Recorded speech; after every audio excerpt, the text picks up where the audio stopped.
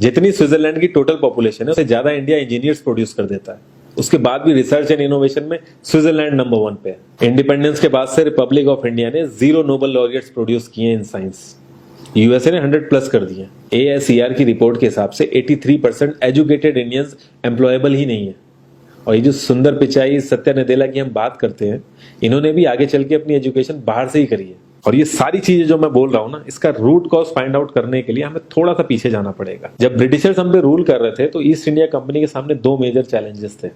एक communication with Indian, दूसरा workers और क्लर्क्स की बहुत जरूरत थी उन्हें।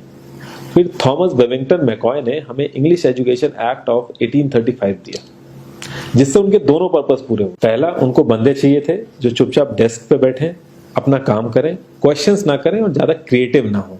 Second, communication in English. English सबसे ज्यादा बोले जाने वाली लैंग्वेज नहीं है, उसके बाद भी इंग्लिश एक लैंग्वेज की बजाय एक क्लास बन गया इंडिया में। रशिया, चाइना, फ्रांस, ये सब जगह इतना ऑब्सेशन नहीं है इंग्लिश को लेके जितना इंडिया में है।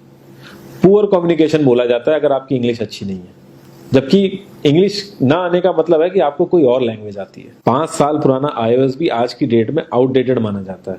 लेकिन इतनी इंपॉर्टेंट चीज हमारा एजुकेशन सिस्टम आज भी बस थोड़े से चेंजेस के साथ ऐसे ही चल रहा है। हमारे एजुकेशन सिस्टम में रटने का कंपटीशन होता है, जो ज्यादा रट लेता है उसके ज्यादा मार्क्स आते हैं।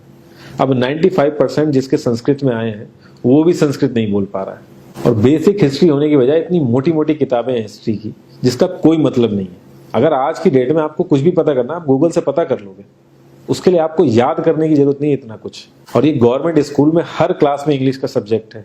12-12 साल लगाने के बाद भी लोग इंग्लिश नहीं बोल पा रहे हैं। और बिना किसी बुक को पढ़े 5 साल का बच्चा सीख लेता है, क्योंकि उसको वैसा एनवायरमेंट मिल जाता है।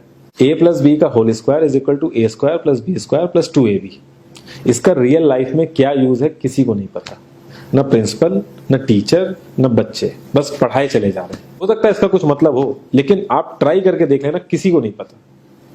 हाँ, 2AB की जगह अगर आपने 3AB बोल दिया तो 4 लोग हंसने वाले मिल जाएंगे आपके ऊपर। किंडरगार्टन में जो बच्चों को सिखाने के लिए टेक्निक यूज होती है वो लाख गुना अच्छी है कॉलेज की वो रटने वाली टेक्निक से। और जिन बच्चों के बहुत ज्यादा नंबर आते हैं ना, जो वो छुपा छुपा के एग्जाम में लिखते हैं, आप देखोगे जब वो रियल लाइफ में जाते हैं ना तो ज्यादातर क्रम्बल करते हैं वो। हर किसी को सेम सिलेबस और सेम चीज सिखाई जाती है बिना उसकी कैपेबिलिटी देखे। और क्रिएटिविटी का तो दूर दूर तक मतलब नहीं होता। अब एक लाइन से आप शेर, मछली, सांप, हाथी सबको लाइन से खड़ा कर दो और उनसे कहो पेड़ पे चढ़ो, उनको तो जिंदगी भर यही लगेगा ना कि वो तो किसी काबिल ही नहीं है। और द्रोणाचार्य ने भी पांडवों को उनकी स्किल सेट के हिसाब से उनको चीजें सिखाई, सबको एक ही चीज नहीं सिखा दी। और हमारे एजुकेशन सिस्टम में ज्यादा ऑप्शंस भी नहीं है। सबसे ऊपर साइंस, फिर कॉमर्स, और सबसे नीचे जाके कहीं नंबर आता है आर्ट्स का।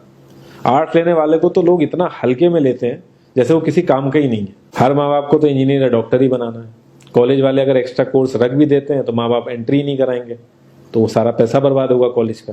तो ऑप्शंस कहाँ से आएंगे? और बचपन से ही आपकी ट्रेनिंग स्टार्ट हो जाती है। माँ बाप, भाई बहन, रिलेटिव सब यही समझाते हैं अगर आपके मार्क्स नहीं आए और जॉब नहीं लगी तो आपकी जिंदगी बेकार। और लाइफ की क्रिएटिविटी को आप रखते हो साइड में, और ये अच्छे मार्क्स और अच्छी जॉब पाना आपका सपना बन जाता है। अब ये सपना पूरा हो जाता है तो बहुत बढ़िया है, दूसरे को जेलस फील कराओगे, नीचा फील कराओगे। और इस छोटी सी उम्र में अगर सपना टूट जाता है तो सेल्फ डाउट में आ जाओगे। इतना बाहर वाले आपको नीचा नहीं समझेंगे जितना आप खुद की नजरों में गिर जाओगे। आप किसी भी 4-5 सक्सेसफुल आदमियों के बारे में सोच के देखिए जिन्हें आप बहुत सक्सेसफुल मानते हो या जिनकी तरह लाइफ आप जीना चाहते हो। मैं ये कह सकता हूं कि वो इस एजुकेशन सिस्टम की वजह से तो सक्सेसफुल नहीं होंगे, चाहे वो जो भी हो। धीरू भाई अंबानी, विराट कोहली, आमिर खान, नरेंद्र मोदी, ये सब हमारे इस करंट एजुकेशन सिस्टम के ट्रैप में नहीं फंसे। इन्होंने खुद सीखा, खुद एजुकेट हुए और खुद आगे बढ़े। किसी कंपनी के सीईओ को अगर ये कहा जाए कि आप अपनी कंपनी के सारे डिपार्टमेंट में इंटरव्यू दीजिए, तो कोई गारंटी नहीं है कि वो सारे डिपार्टमेंट के इंटरव्यू निकाल लेगा।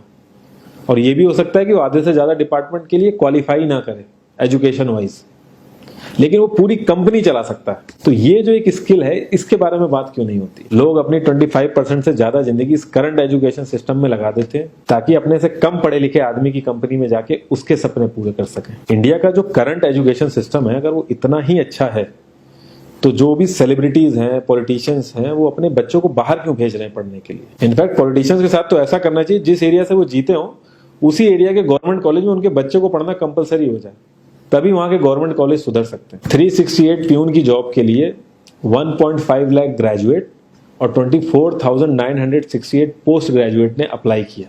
मैं IAS PCS की तो बात नहीं करता हूँ, वो तो एक पैशन की बात होती है, लेकिन कुछ लोग 5-5, 6-6 साल से तैयारी कर रहे हैं कि कोई भी गवर्नमेंट जॉब मिल जाए उन्हें। उनसे पूछोगे क्यों ऐसे इतने टाइम से लगे हुए हो, तो वो एक ही चीज बोलेंगे कि जॉब सिक्योर है। मतलब आप काम नहीं भी करोगे तो आपको निकाला नहीं जाएगा। ये सारी कामचोरी वाली बातें माइंड में इसीलिए आती हैं क्योंकि हमारा जो करंट एजुकेशन सिस्टम है वो इतना कॉन्फिडेंस ही नहीं देता है कि हम अपनी स्किल के दम पे कहीं जाके काम करें और हमें निकलने का डर ना हो। मैं आने वाले 10 साल की तो बात ही नहीं कर रहा हूँ, अगर मैं आने वाले 5 साल की भी बात करूं तो टेक्नोलॉजीज में इतना ज्यादा चेंजेस आ जाएगा कि जो आज हम पढ़ रहे हैं, जिस स्किल पे हम फोकस कर रहे हैं, पता नहीं वो रेलेवेंट भी होगी कि नहीं उस समय। Cloud computing, SEO, digital marketing, ये सब जॉब्स पहले एग्जिस्ट ही नहीं करती थी। हम लोगों को एजाइल होना पड़ेगा, नई नई चीजों को सीखने के लिए ओपन रहना पड़ेगा, क्रिएटिव माइंड लगाना पड़ेगा।